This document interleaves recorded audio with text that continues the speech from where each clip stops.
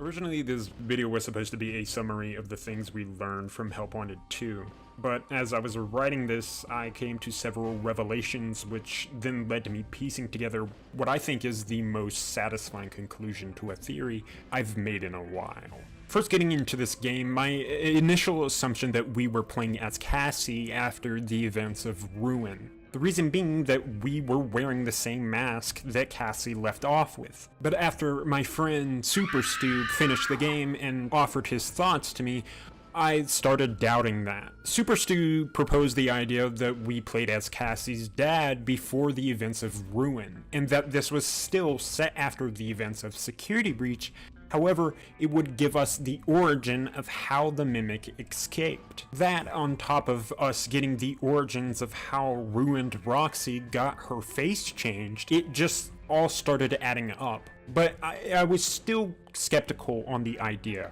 Something wasn't clicking for me. That is until I remembered one thing. I looked back onto Scott Cawthon's clarification rule, and I'm going to mention that a lot in this video. But first of all, what is Scott Cawthon's clarification rule? Essentially, the clarification rule is that he has established that when there is a topic that is either misconceived, heavily debated, or questioned about, he will put effort into explaining that topic in the next installment. This can be seen throughout the franchise's history. One of the more prevalent cases of this being when Sister Location reiterated that the Bite of 83 was not the Bite of 87. And his way of clarifying this was by showing us the camera feeds of FNAF 4's bedroom upon entering the date 1983 onto a keypad. So my idea was to look back on what our biggest questions and topics with Ruin were. The first thing I could think of is if Glitchtrap was the Mimic or not, or what actually happened to Glitchtrap. This game did actually answer that. You end up killing Glitchtrap once and for all by beating Princess Quest 4 and giving Glitchtrap to Vanny. It's, however, the second question that I thought of which clicked in my head. That question being, what is going on with Cassie's dad? And then I realized this could not be explained unless we were Cassie's father. This game would be the clarification to tell us what actually happened to her dad. But that came with the question of, why was her dad down in the FNAF 6 pizzeria? Stu and I then began discussing this topic, and we came to a very interesting conclusion. We came to the conclusion that Cassie's dad is dead, and that we are playing as his soul, who is now trapped within the Vanny network, and that he has been dead for quite some time. The plot idea would be that Glitchtrap kept us in the network for when he needed us, and now that he actually needs us, he is using us as his last resort. And that came with the question of, how is he able to take the mask off if he is dead? If he's a ghost, then there would be no point in differentiating the AR world or the real world. In the Tales from the Pizzaplex story, Alone Together, it tells the story of a little boy who is dead. However, he is living a completely normal life, like anyone else would. When he realizes that he is dead, he ends up getting closure and things have a good ending. The same case would be here, but with Cassie's dad. Perhaps Cassie's dad died down here in the FNAF 6 pizzeria for whatever reason, and his soul is still stuck in the network as he died with the mask on. Thanks to my Twitter followers, I ended up getting a DM from someone who actually helped this idea foster. Twitter user James the Jerk ended up bringing something interesting to my attention. In Help Wanted 2, the character Mystic Hippo says something very interesting. Do you ever look at your hands? I mean, really look at your hands. Hold and behold, once you take the AR mask off and look at your hands, they are still blue. The game is intentionally bringing attention to your hands. We are still in a VR avatar despite the mask being off. The only way to explain this is if we are already dead, and this is symbolizing what our fate is. We are trapped in this network, and Glitchtrap is using us. This would also explain the secondary ending of the game that is confusing people, which showcases us giving the mask to Cassie. A YouTuber that we all know by the name of Dawko was in the chat at the time and offered his idea to me as well, which actually made total sense. The way we could interpret this is that both endings happen somehow, and that the ending where we give the mask to Cassie is actually Glitchtrap trapping us. Glitchtrap trapping us, yes. That is us being trapped by the virus. That way, the Princess Quest 4 ending can happen at the same time, however placed after we have been locked away. And the damning thing about this was that Dawko brought up one detail. That detail being that the princess saves us from being in a locked room, as if we have been locked away. That way we can finally put Glitchtrap back together and kill him once and for all, as the beginning of Ruin simultaneously happens. But then once again, I still had a lingering question that was bothering me. If Cassie's dad was down there looking for an arcade, why though? What's the point? That is when my friend Corporal Regicide brought something to my attention again. He brought up the logs from Security Breach would talk about someone who is looking for these arcades, the arcade conspiracy, and he proposed the idea that the arcade conspiracist could be Cassie's dad. And suddenly it clicked.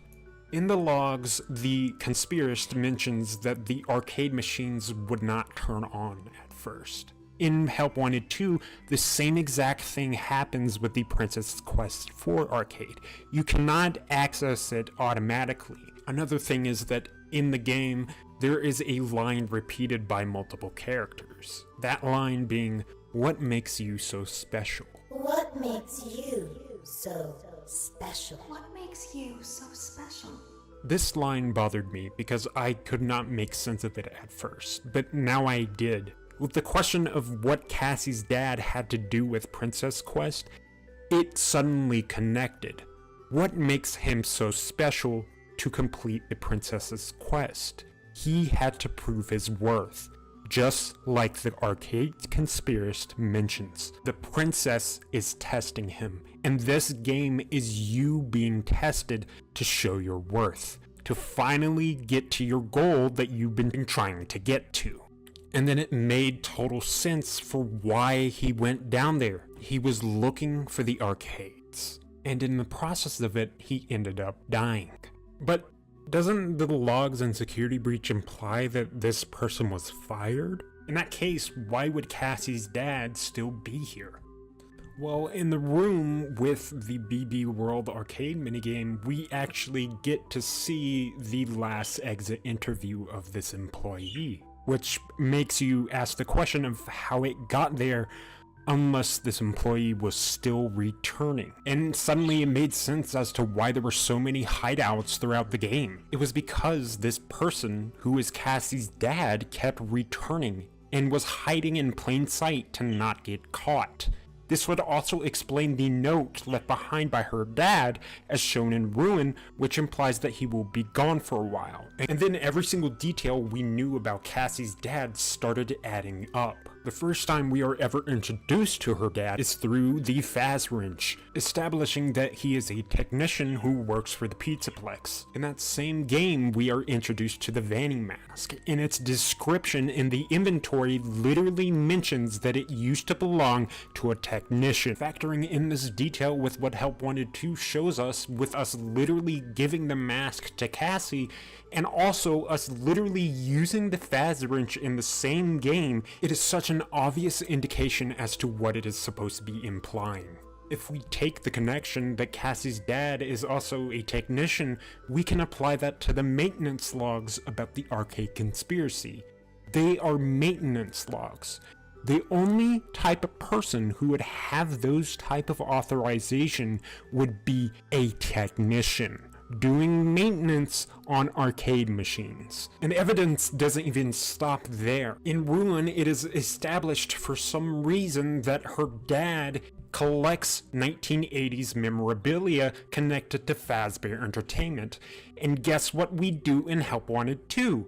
A big plot point is literally collecting old items from the 1980s. Old figurines. The connections just get stronger, and the biggest connection to top it all is her dad's favorite character, Bonnie. In Help Wanted 2, there's an achievement you can get upon finding a secret Bonnie mask. This Bonnie mask has a text that says, "This looks familiar," and you receive an achievement called Lost Luggage. This directly implies that there is a connection between the protagonist and Bonnie, irrefutably proving that we play as Cassie's dad, but also something else about Cassie's dad. I'm gonna bring you back to Scott's rule of clarification right now. In Ruin, one of the biggest theories was by MatPat, where he talks about the idea that Cassie's dad is the Bonnie bully from FNAF 4. Now the thing is, Scott definitely saw this theory because it was talked about a lot, which means he could clarify or confirm this in the next installment, which just so happened to conclude with the protagonist, Cassie's dad, receiving a Bonnie mask. In no way would he include this if it wasn't to further confirm this theory. It is clear as day that Scott's intention is to show that not only did Cassie's dad kill Glitchtrap, but that he is also the same Bonnie bully from Five Nights at Freddy's 4. And once again, looking back, everything started adding up. All of the connections to Fall Fest, all the connections to FNAF 4, all the connections to the early 80s, Fredbears, all of it started connecting when you realize that it all ties back to that event. Because Cassie's dad is the Bonnie bully. But I already know what you're thinking. Wouldn't Cassie's dad be too old to have a child by the time of Security Breach if he was a teenager by FNAF 4? No, actually. He would actually be a pretty average age. If we go off of Tales from the Pizzaplex, which establish that the Pizzaplex first opened 1 year after Freddy's closed its doors, that would place the opening around 2024. And then let's say we round up the events of Security Breach happening around the late 2020s to 2030. By the time of FNAF 4, which takes place in 1983, if we estimate his age to be around 14, meaning he would be born around 1969, if we subtract the age difference, he would be around his mid to late 50s by the time of the events of Security Breach. Meaning if we consider Cassie to be around 12 years old, that would mean that he would have had Cassie in his late 40s. This is not abnormal, especially when you consider that Scott Cawthon, the writer of the series, is in his late 40s and is still having children.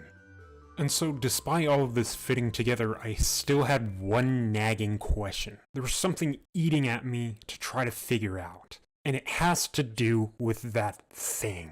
That Nightmare plushie keeps appearing everywhere, watching us where we go. It even appears in Princess Quest 4. You even have the staff bots within your dreams written on it. There is some connection between Nightmare and dreams. Let alone, going back to Ruin, there is some established connection between Nightmare and Cassie. There's a description for the Nightmare plush where Cassie recognizes it from the VR game. Why bring this up unless there was some connection? A connection between Nightmare, Cassie's dad, and nightmares. And also, ultimately, VR. And given this was Help Wanted 2, the sequel to the first VR game, there had to be a connection. And so I went back to Help Wanted 1 and found that connection. Jeremy complained of nightmares when he came in this morning. He wasn't talking about it like someone telling a friend about his dreams, though. He was pale. Jeremy had nightmares, reoccurring nightmares. The whole phrase in Help Wanted 1 was "Remember Jeremy." And guess what? In Help Wanted 2, you get an achievement upon getting specifically the Bonnie plush, which reads, "Remember Jeremy." And suddenly, the entire story came full circle. There is a reason why this is the sequel to Help Wanted 1. Not just traditionally because it is a VR game, it is literally continuing the story. Cassie's dad is Jeremy. And I'm already hearing, didn't Jeremy die? Didn't he cut his face off? I mean, that was never actually confirmed. That was just an assumption we made off of a very popular theory. One of the main points behind this being that there was a lawsuit, and the assumption is that it is because Jeremy died. But it would make no sense that he would be suing for his own suicide. The company would not be liable at all for his own self-infliction.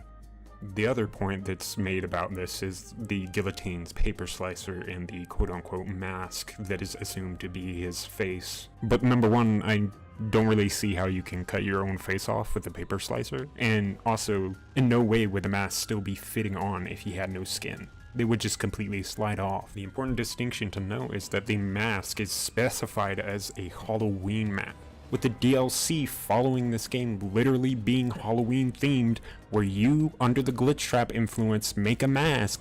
It feels intentional to me. That being said, Fall Fest literally being where the masks came from. I mean, come on now.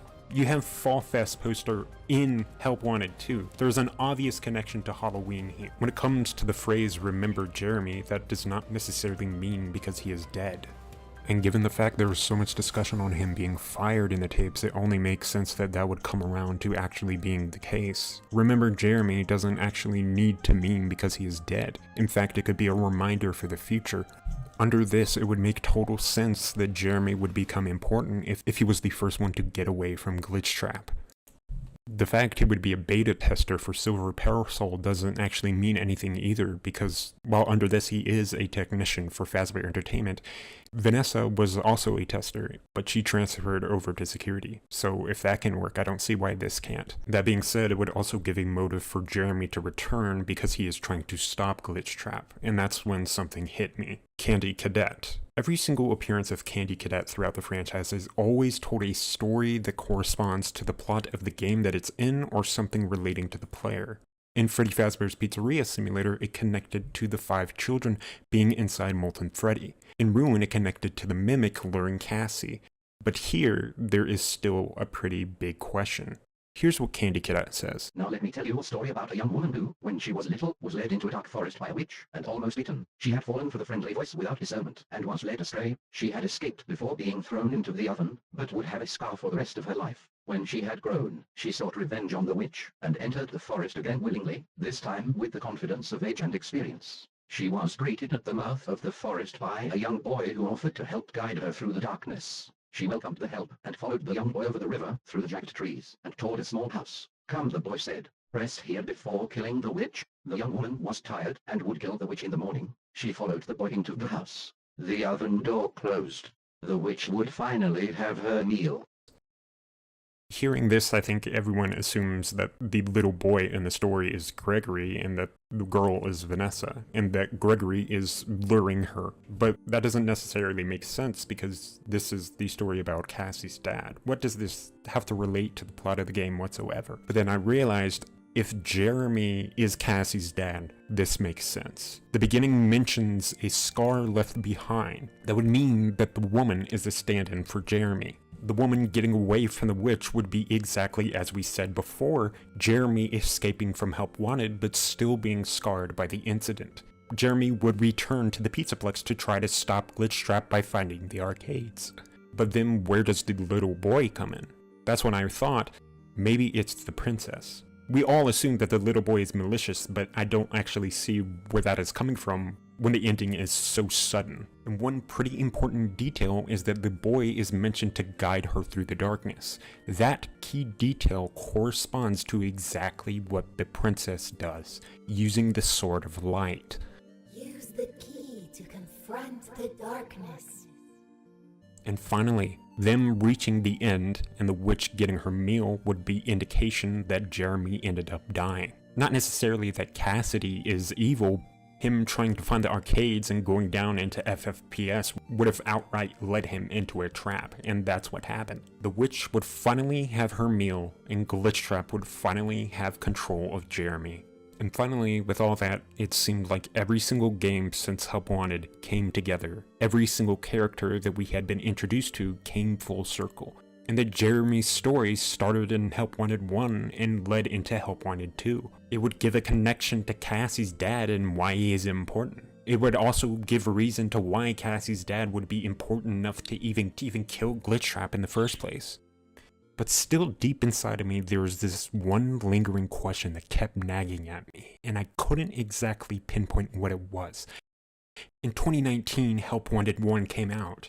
A year prior, in 2018, FNAF 6 and Ultimate Custom Night had just released, and there was one big confusing question: the gravestones. The gravestones seemingly starting to show that there was more than one Jeremy. This sudden inclusion confused people, and there started to be theories that maybe Jeremy or Fritz are just names of Michael. So then I started thinking, the game right after this, we start seeing the name Jeremy again.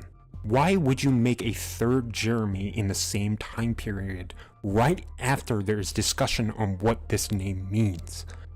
And then I remembered the last time we were introduced to a guard's name again, it was in Sister Location with Mike, revealing that Michael Afton and Mike Schmidt were the same person. Hearing the name Michael was enough for us to put the pieces together and realize that Mike Schmidt was Michael Afton. This was the same Michael all this time. So then I started asking myself, why didn't we just think the same thing here too? What if there really is just only two Jeremys? What if Jeremy Fitzgerald is the Bonnie bully and Cassie's dad? And I know you're already going to ask, wasn't Jeremy the victim of the bite of 87? Well, there's actually something that goes against this. In the survival logbook, there's a page that has a prompt from Jeremy Fitzgerald himself, mentioning that he was moved to the day shift. This is mentioned in past tense, meaning that he definitely did not get bitten. Why else would you include this? One of the main arguments against the bite of 83 being bite of 87 was that having a frontal lobe would not have you remember things or be able to dream. So in this case, why would it be the same for Jeremy, unless he was just not bitten? And then I realized the perfect irony of Withered Bonnie missing his face in that game. You are the Bonnie bully. It's a sick irony, in a way showcasing that the world is against you. And even the ages matches up. If we consider Bonnie Bully to be at least 14 by 1983, he will be 18 by the time of FNAF 2, which is the youngest you can possibly be to get a security license. It also made total sense as to why Jeremy would be testing the game anyways. It's almost as if they contacted him because he was a guard. What other good reference point would he want other than getting a guard who used to work at Freddy's? Then the final piece clicked in my head. FNAF 2 introduced the puppet. And one thing we keep seeing throughout the Steel Wool games is Nightmare On. A nightmare version of the puppet. One that can move anywhere. And it finally clicked. Nightmare On was a hint. Nightmare On is Jeremy's burning reminder of the horrible things he did. He helped Michael kill the bite victim. And through his guilt over the years, this puppet would haunt him. Confronting it once again in the VR game would obviously stick with him, following him everywhere, reminding him of his past as a security guard, something he will not be able to escape. It's even there in Princess Quest 4. And then suddenly every single reference to the FNAF 2, everything about rabbits, everything about masks, it all started making sense. This story was about Jeremy. He was a loose end. And throughout all these years, he kept coming back, collecting items, trying to find some closure to the thing that he helped cause. And the princess's quest was his way of finding closure. He could save one of the children, Cassidy. And guess who a big integral plot of FNAF 2 is? Someone used one of the suits. We had a spare in the back, a yellow one. Someone used it. Now none of them are acting right. Golden Freddy. Jeremy and Golden Freddy met, which lines up what he says to the princess in one of the logs. The princess will recognize me. Even in FNAF 2, one of the big things was the theme of arcades, the death minigames, just like Princess Quest. And once Golden Freddy and Jeremy finally met once again, they worked together to end this story that had been haunting them. That, to me, is a satisfying conclusion.